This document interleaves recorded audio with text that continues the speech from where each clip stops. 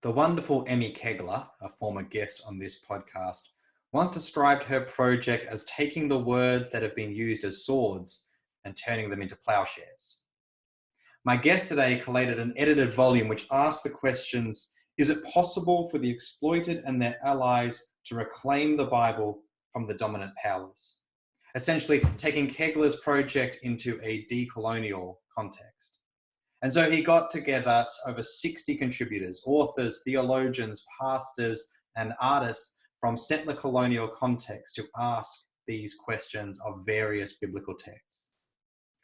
The work is Unsettling the Word, Biblical Experiments in Decolonisation, out now through Orbis Books. And my guest is its editor, Steve Heinrichs. Steve is the Director of Indigenous Settler Relations for the Mennonite Church in Canada. Please welcome him to Love, Rinse, Repeat. Well, Steve Heinrichs, welcome to Love, Rinse, Repeat. Oh, it's good to be here. Thanks, Liam. No worries. So we're talking about a book you've edited together called Unsettling the Word, Biblical Experiments in Decolonisation, which is out through Orbis Books currently.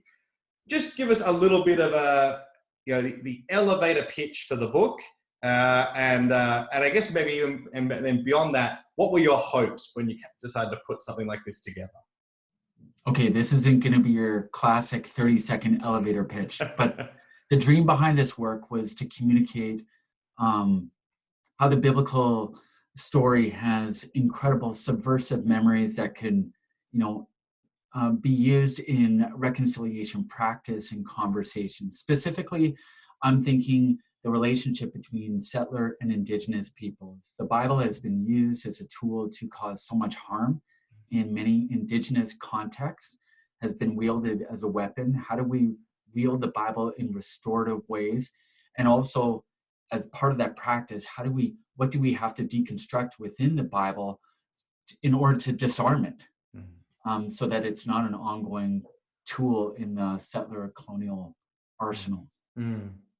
No, I think that's really good, and that's a vital work. So I guess, how did you come to this place? How did you come to the point where you realized that the Bible had been used in this way, that it could be used in another way? What was kind of, I guess, your introduction to the idea that the word needed unsettling, or that the Bible needed decolonizing, Christianity needed decolonizing, and then I guess eventually how that leads to putting the book together?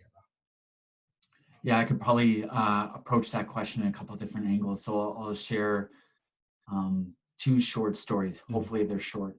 One would be many years ago, I worked with Christian peacemaker teams. I still work with CPT. But years ago, it was in Palestine, where in that context, in the occupied West Bank territory, you get to see the machinations of settler colonialism firsthand. And settler colonialism in that context is fueled pretty explicitly by certain biblical visions at play. And there I was, a pretty young evangelical Christian going into a conflict zone, wanting to do nonviolent resistance work to violent oppression, and yet finding that the people who on the other side of this conversation and practice were also yielding the Bible for their aims. And so in that space, I had to do a lot of wrestling with, Zionist approaches to the Bible, pretty blatant narratives in the Hebrew scriptures, but also certain texts within the New Testament heritage as well that can be used in expropriative fashion. So there, and especially as someone who's coming into that context, not simply because I wanted to do peace work born out of my own Mennonite tradition, but because expressly encouraged by this love of text, believing that God has spoken in surprising and wonderful ways through this text and is calling the world to lay down our weapons and to find good ways of living together. So that was one experience. That was early 2000s, being in Palestine. More recently, between 2009 and 2015, here in Canada, we've experienced the Truth and Reconciliation Commission of Canada. Around the world, many TRCs have been brought to bear. East Timor, South Africa. We know of the good work that's happened through those TRCs. In Canada, we heard the witness of tens of thousands of peoples connected to the residential school legacy, on a genocidal experiment carried out by both state and church, where more than 150,000 children were taken from their Indigenous nations and communities, often in the name of Jesus, to assimilate them into a white Christian colonial world. And so as many churches listen to the witness of Indigenous peoples who have been battered by well-intentioned Christians, we had to come with, we were deeply challenged within our own very hearts and souls and communities to say, how do we wrestle with this legacy that continues today in many ways? In 2015, when that Truth and Reconciliation Commission ended, it put out 94 calls to action. And amongst those calls to action, there were two that no doubt would resonate with Aboriginal Australia and many settlers of conscience in Australia as well. And those two were a repudiation of the doctrine of discovery and legal concepts used to justify European sovereignty over Indigenous lands and peoples, including terra nullius, which is, writ large in Australia. The other one was a call to churches to respect Indigenous spiritualities in their own right. What does that mean for churches that historically have been supremacist in our sharing of Jesus in very coercive fashion often, but also even when it's been more benevolent, it's still been in supremacist fashion. And it's had incredible repercussions, not only for Indigenous peoples, but for the lands themselves and the way we wielded our Christianity. So out of that TRC, there was a lot of work that churches were tasked with. And one of them was a reimagining of our own very traditions so that it could not only be, and I've used this language a few times in this conversation, but disarmed, but it also how can it be re-equipped with,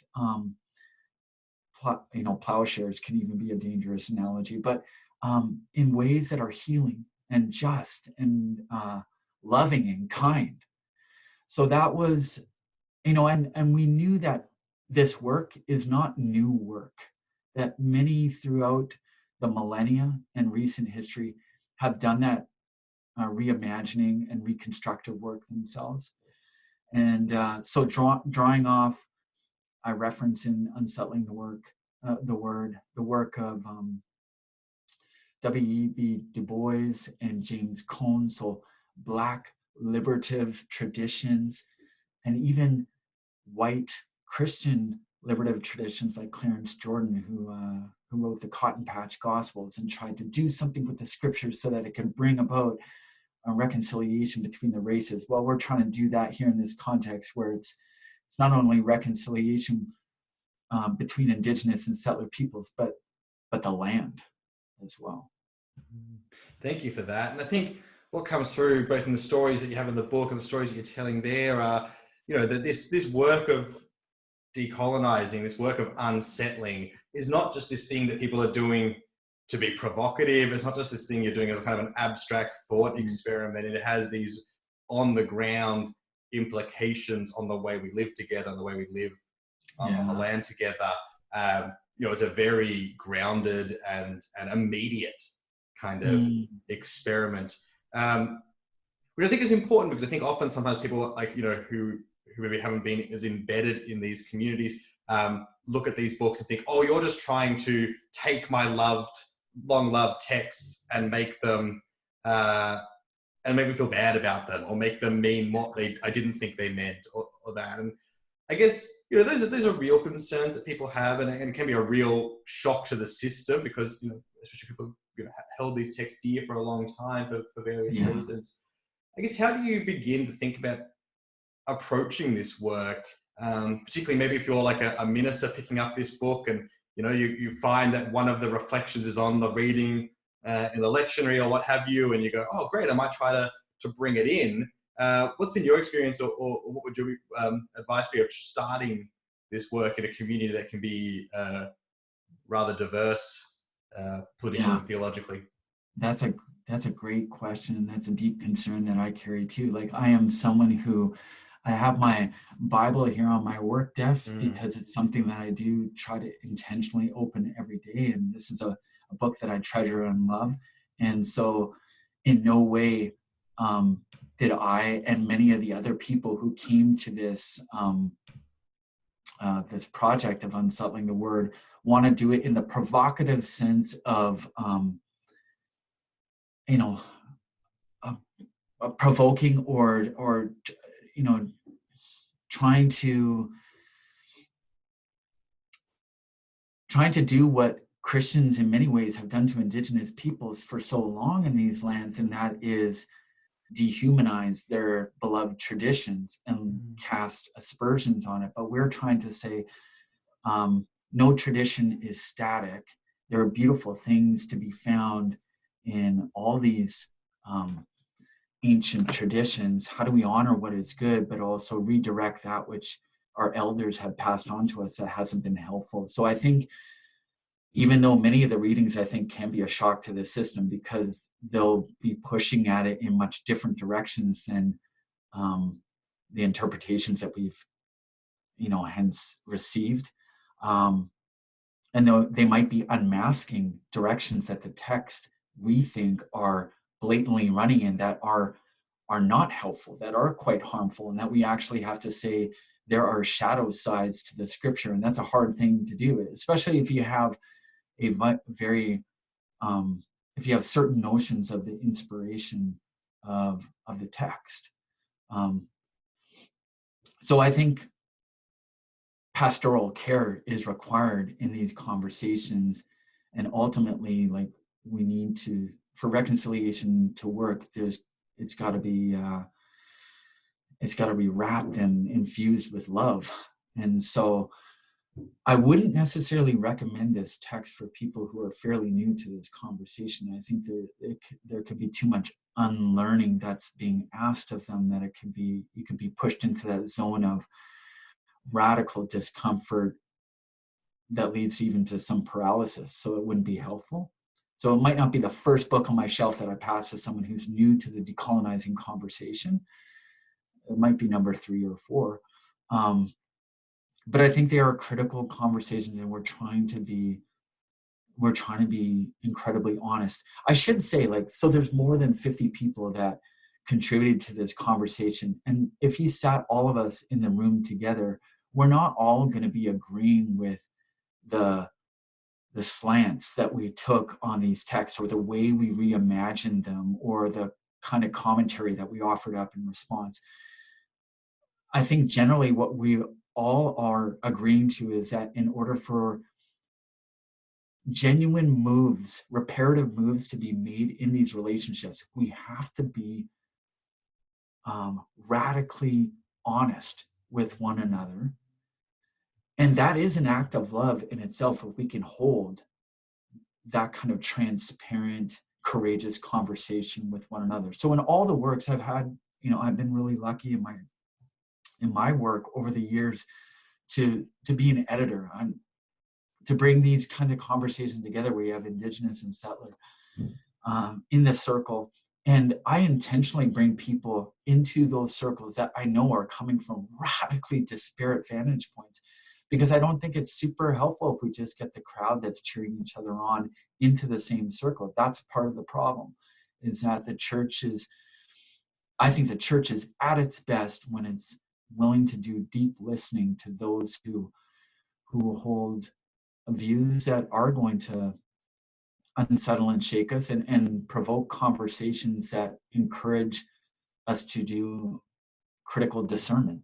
We might not go where that person is inviting us to, but likely we'll, even if we're reinforced in some of the views that we currently hold, that can be a really good thing. We can go deeper into cherished values and convictions that we have.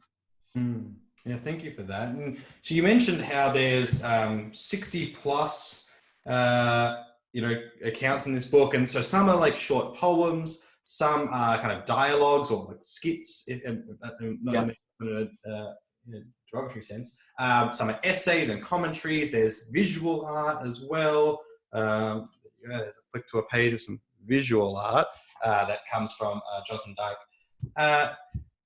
Not even speaking of the content, just looking at the variety of form that the book holds. Do you see that itself as part of this unsettling, this decolonizing? That it's not just essay after essay after essay. That the very nature of these different forms helps with this, is part of the breaking open. Yeah, I think there's something to that. I bet you my friend Jonathan Dick, who did the artwork, would be much more intentional in saying the mediums that we chose in this project were for that very nature. I think I was probably holding a more strategic purpose and just say, with there is so much great decolonizing theory that's out there, but it just doesn't get down to everyday folks who might not have the luxury or privilege that some of us do to wade through some of this thick theory. So how do we popularize it? And I think that's some of the gift of at least parts of the biblical narrative, and I'll say like Indigenous storytelling is at the center of many Indigenous epistemologies, and I think that's super helpful to move these conversations further. Is that we need many more mediums by which to communicate, and we also need to communicate in ways that people can actually receive. Because I think it goes back to the question about how do some folks who are newer to this conversation and who treasure this text actually get into some of these difficult conversations? Well, it needs to be somewhat approachable. So the content in Unsettling the Word might be at level 2 or level 3, but I think it's certainly it's not overwhelming in that it's coming in pretty small portions by which you can just read something in the morning and you can set it down, and you can come back to it the next day or a week later if it's really ticked you off. Or I should say conversely, I think there's a lot of beautiful stuff in there that will get people who love the Christian tradition actually all the more excited, because it's saying, I never knew there were such deeply reparative elements that connect so profoundly to in what is centered in Indigenous communities, and the kind of calls for healing that we're hearing from Aboriginal and Indigenous peoples worldwide. So there's a lot of hidden stuff that I think that we're trying to bring out in these short poems or artwork and short narratives. Yeah, I think you're totally right. Like, it's such a good way to be able to think about reading the book, is like almost like in this kind of, you could read it just as this kind of daily devotional or every few day devotional. You read it's usually maybe a psalm or a short reading, and then read the accompanying piece and reflect. I mean, I was flicking through when I first got it just to see some of the texts that were there, and I was really excited when I saw that Psalm 137 was addressed, because I'm like, that's a psalm that I think has such power, but is so often maligned or dismissed really quickly, without kind of the attention to what it means to be an oppressed, disenfranchised, exiled people being taunted by your oppressors, and so it's a poem written by Rory Hockwatts, and it's I think if you were ever wondering about why the lectionary is wrong to drop off the last 2 verses of that psalm, this poem hits you in the gut and will really reorient your thinking. That's obviously one example. There's plenty throughout, but it's definitely gives you a different way in, and will hopefully, even if it is that kind of thing where you go, oh wow, okay, I better, and you might have to come back to it a couple of times, will really help you as you try to open up some text in a different way. Yeah, I think that's I love that psalm. I love the man who wrote that. Rory Hockwatts he's a Mohawk elder. He's a profound embodiment of someone who's worked and lived for reconciliation and reconciliation with the land for decades. And what that psalm highlights is, I think, the call of the best parts of our biblical tradition, and what Unsettling the Word is trying to do is saying, in the words of James Cone, you need to try to read the scripture from the vantage of the bottom. And then when you read it from the bottom and the marginal, if the marginal and afflicted are at the center of how you try to read, then all will be included. If they're on the fringe, they're necessarily going to be excluded from it, while the powerful retain their position. What we did with some of the other texts is say, okay, just read it blatantly from the vantage of the top and the powerful. And then you expose the text for, at times, I think, maybe not how it was originally intended, maybe sometimes, but how it's been used throughout Christian history. So like we think of the obvious examples of the conquest of Canaan and the Deuteronomy injunctions to really commit ethnic cleansing against all these foreign peoples, not the indigenous inhabitants of the land, but they're pictured as people that don't have a rightful place in this promised territory. That text is exposed for how it's been leveraged. But even other texts like Colossians, where it says, in this image of that our life is united in Christ, and that all things have kind of passed in our former life. It's like, what does that mean for indigenous peoples in an identity, when white church has said pretty much you got to give up your native identity and practices in order to be part of this tradition? Right? It's been devastating. So that's the two kind of thrusts that we had in the text: reading it from the vantage of the bottom, exposing it from the vantage of the top. That's really important. That comes through, and it's a really valuable resource for, even if either using in that kind of personal setting of exploring, or if you're somebody who preaches or looks at text in Bible studies, if you've got a text that's covered, or you can even choose text deliberately that are in here to explore that. So as you were getting all these emails in with everyone sending in their pieces, I'm sure everyone was well and truly on time, as they always are when people are editing volumes.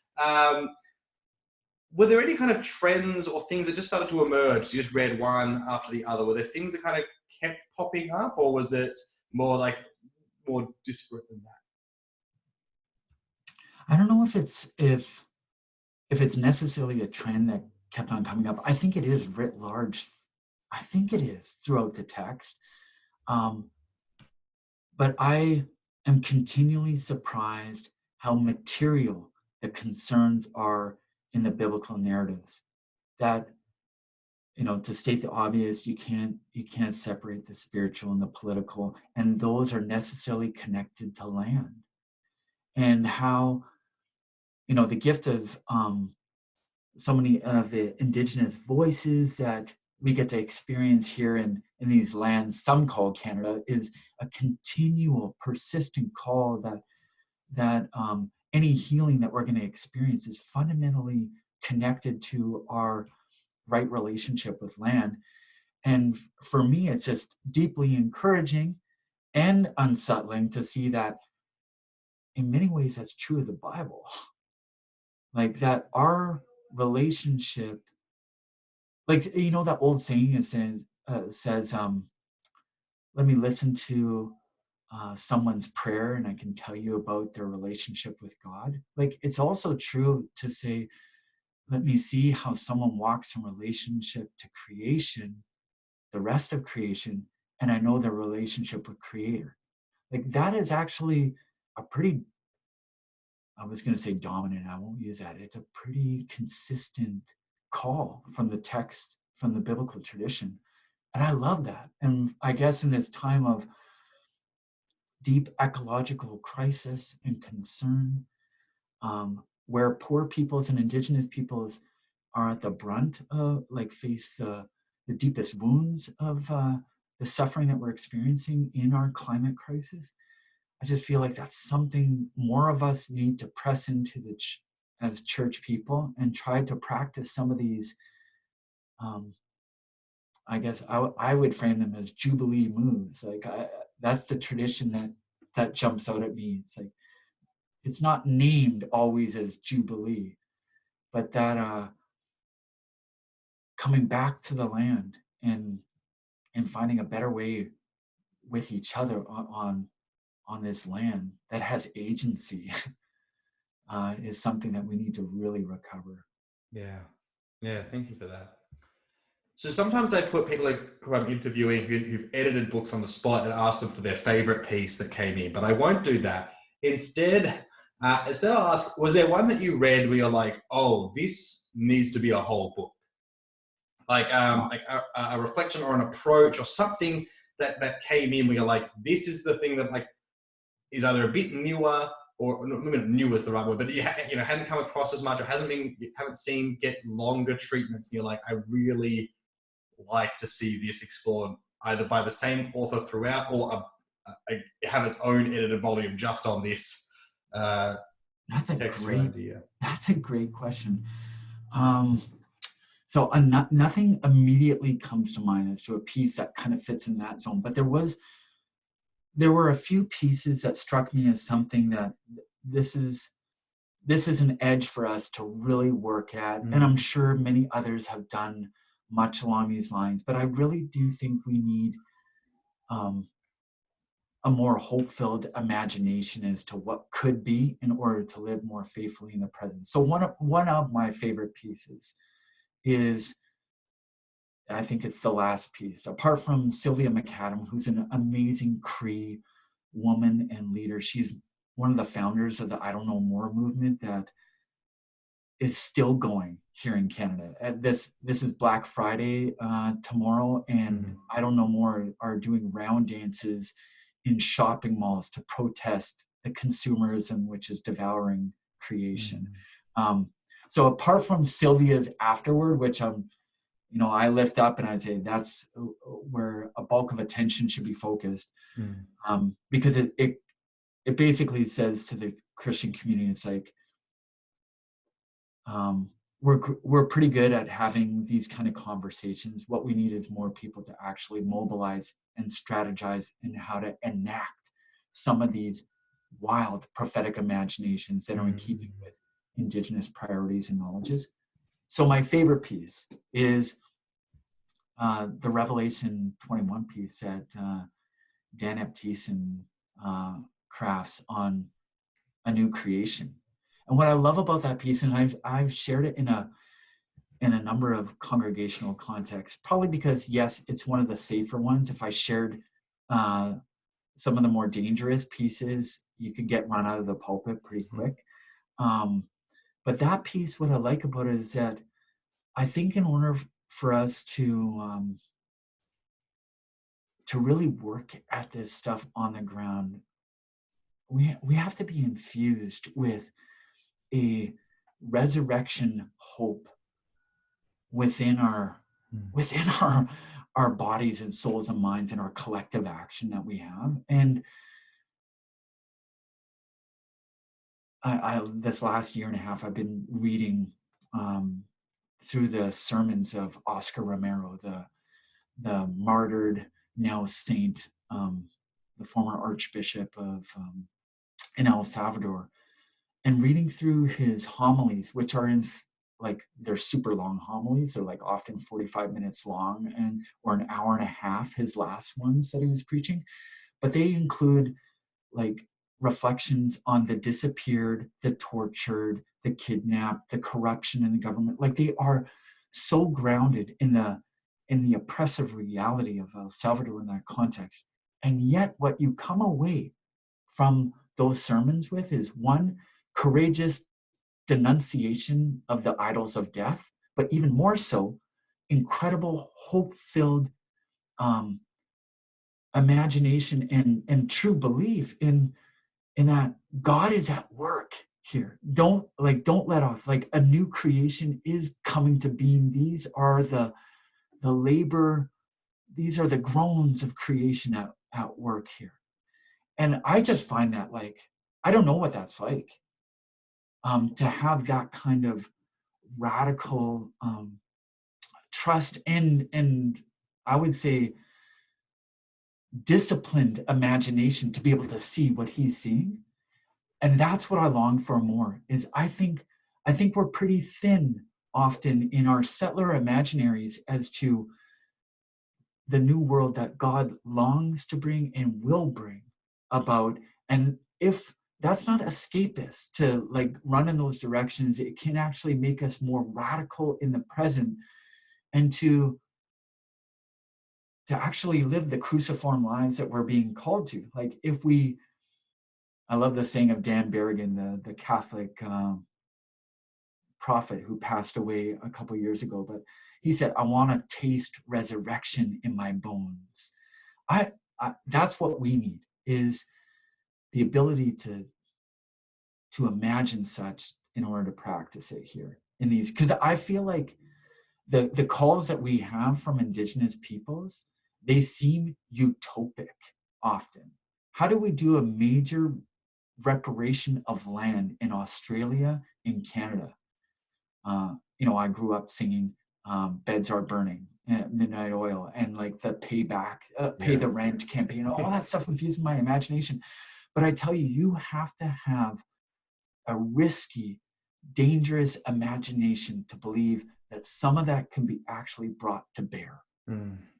And then if you have such imagination, I think you'll also be pretty good at strategizing and organizing, following the lead of Indigenous peoples around these kind of things. I think that's why we struggle with it, is because we're not actually infused enough with such wild stories. Yeah. Thank you for that. That's really profound, but I think so important, as you say. And I think particularly, it's something the church needs to be wrestling with, is where more and more as we see decline all around us and loss of influence all around us, we're doing more and more into kind of a fear and to, keeping the arms in and the hands up kind of thing. And that's really powerful and I think very helpful. As we come toward a close, I wanted to ask, so I want to talk a little bit about your role. You're the Director of Indigenous Settler Relations for the Mennonite Church in Canada. Now, there's probably a lot of people listening to this from various stripes, Christian denominations and that. I don't know how many would have a role such as this in their denominational office. There might be similar ones potentially around the place. But I was wondering, just talk to us a little about what it is a Director of Indigenous Settler Relations does, and how your time in this role, any wisdom you'd like to share with other denominations out there about the way they might want to organize their ecclesial structures around this kind of an area. Dude, you have amazing questions. This is a lot of fun for me to engage as well. So I've been doing my work for 8 years. I moved from the west coast of Canada to Winnipeg, which is at the center of Turtle Island, the center of North America, to take on this role with Mennonite Church Canada. And when I came in 2010-11, the Truth and Reconciliation Commission was already at work here in Canada. So I was really fortunate to be able to step into this role, which historically has 40 years precedent within my community. So people have been doing this work since the 60s. Yeah, right. And the gift for me was coming into a time where I actually really didn't need to, apart from continuing on some of the good work that my predecessors had, it was really stepping into the work that the TRC was calling us churches to engage. And the TRC did such an incredible job through their kind of mass education mobilization efforts to bring churches on board with it, that it really didn't take a lot of persuasion to invite our congregations and churches to say, one, what we're being asked to do is just listen deeply. Listen so much that our hearts are moved. And then when we're moved from that profound place, then we'll have a greater sense of what we're called to do. By the time we had done a bunch of our listening work, and I have to give credit to my Mennonite community alongside the ecumenical community in Canada, I have to say, like, came out in droves to the TRC. Yes, it was mainly, I would say, the mainline churches. So these historic churches that had relationships institutionally to residential schools who felt the clear historical connects to this story came out en masse. But there was a lot of surprising engagement from evangelical pockets as well, which was deeply encouraging. So a lot of us just sat and listened intently and tried to bring as many sisters and brothers from our congregations to come out and be present and do that. By the time the TRC finished, it came out with not only these 6 volumes of reflection on the testimony of survivors of the schools and where we need to go, but it had those concrete 94 calls to action, and about 6 of them are directed at the church. So we were given 6 go-to priorities, and that's been fundamentally the foundation of the work that I've been asked to do by my church as well. Like, they've given us the blessing to go forward and say, respond to these. And in brief, what they are is, well, I should say the 3 that are at the core of it are, we need to figure out how to respect the minimum standards of relational respect between Indigenous and settler peoples that are outlined in the United Nations Declaration on the Rights of Indigenous Peoples. That was the thing that was lifted up most by the TRC throughout its calls to action. Everyone needs to figure out how to adopt and comply the UN Declaration. And then the other things have to do with the church's historical and present legacy of how our faith tradition has caused spiritual violence and has had an impact on our relationship with the land. So the doctrine of discovery.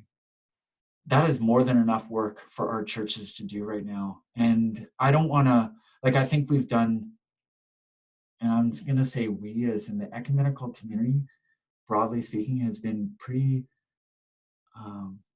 solid in its response, I think, as far as the different sectors of the larger Canadian society goes. I think the church has been fairly good at responding. We have a lot more work to do, but and I wouldn't want to lift up the Mennonite community in comparison to any others. I think we're just one in the circle that's trying to learn from each other and say, where do we go? I would say the biggest challenge for us would be in call to action number 48. And there's a really interesting line where it says, we want all churches and interfaith social justice groups to adopt and comply with the UN Declaration, the minimum standards outlined within. And then it has 3 subpoints. And the third subpoint says, we need churches to engage in ongoing public dialogue around the UN Declaration and actions. Now, what does actions all entail? Because the UN Declaration has to do with not only respecting the cultural rights of Indigenous peoples, being over against any prejudice and racism that are inflicted upon Indigenous peoples by the state or any other organization within Canada, but it has to do with respecting Indigenous people's right to free, prior, and informed consent when it comes to development on their own territories. It has to do with land reparation. There's a lot of deep and profound calls to action within the Declaration itself. I think the TRC's call for churches to engage in action points out what we really struggle at within the churches is that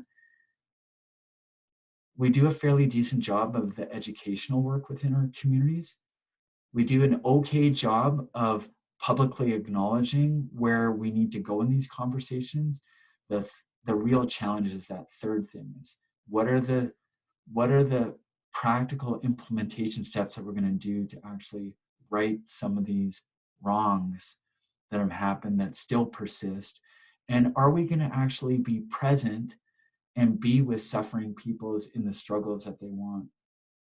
So this is long-winded, forgive me, Liam, but I would say even going back to over this last month, I've been rereading the foundational liberation theology document that came in Medellin in 1968, where they call the church, specifically the clergy, all those of us who are on the reconciliation payroll, they say your responsibility is to have a preferential option for the poor and suffering, which not only means that you have to center the way the Indigenous peoples see what we are being called to in these times, but you actually have to live with them and suffer with them in their struggles for a new world.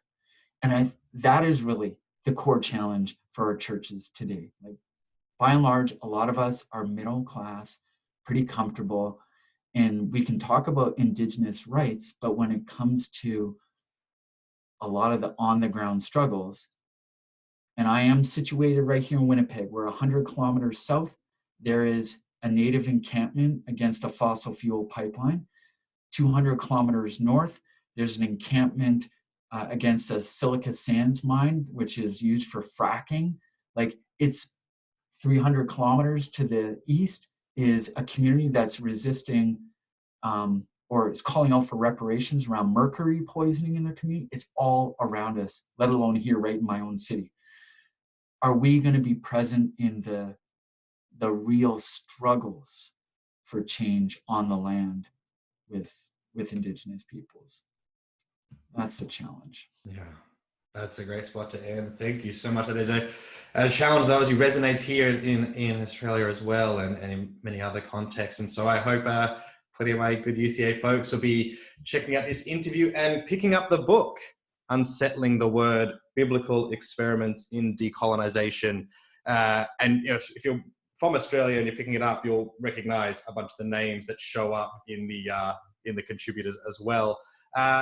Steve, thank you for helping to put together such an important book, such a helpful book, a good and honest challenge for people in the church today. Anything else you want to plug or promote or draw people's attention to at this moment?